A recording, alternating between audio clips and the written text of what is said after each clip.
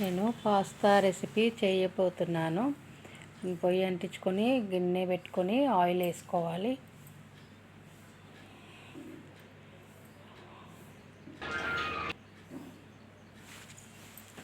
Oil వేసుకున్న తర్వాత కొంచెం జీలకర్ర, కొంచెం ఆవాలు,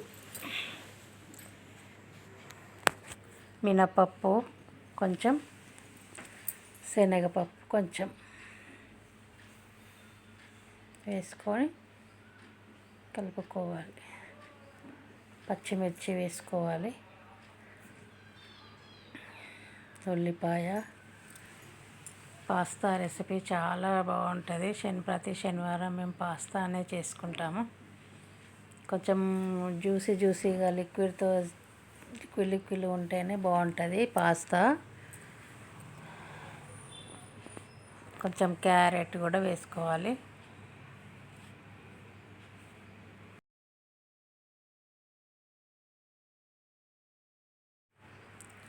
అలాగే కొంచెం టమాటా.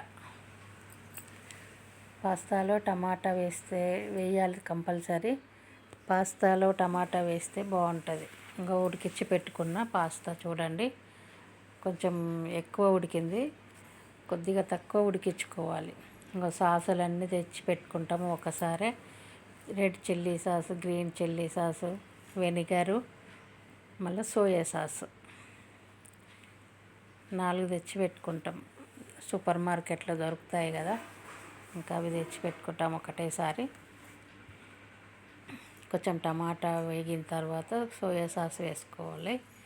Soya sauce, red chilli sauce, కొంచెం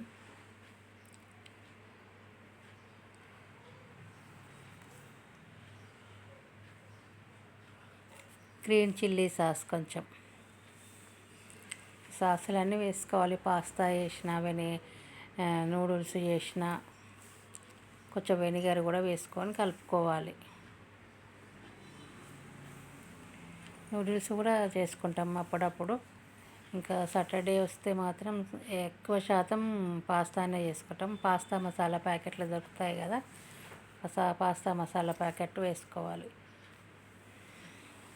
ఇంకా మనం పాస్తా ఎంత క్వాంటిటీని బట్టి మసాలా ప్యాకెట్లు అంత వేసుకోవాలి. నేనైతే 2 ప్యాకెట్స్ వేసిన. ఇంకా కొంచెం స్పైసీగా ఉండాలంటే కొంచెం ఇంకొక ప్యాకెట్ వేసుకోవచ్చు. మేము మా నలుగురికి నేను 2 ప్యాకెట్స్ వేసిన. ఇప్పుడు ఉడికించుకున్న పాస్తా వేసేసుకోవాలి, వాటర్తో సహా వేసేసుకోవాలి. ఇంకా కొంచెం వాటర్ ఎక్కువ ఉన్నా బాగానే ఉంటుంది. ఇప్పుడు ఇందులో కొంచెం వాటర్ తక్కువనే ఉన్నాయి. ఇంకా కొంచెం ఉప్పు వేసుకోవాలి. ఉప్పు వేసుకొని కలుపుకోవాలి. చాలా బాగుంటుంది టేస్టీగా.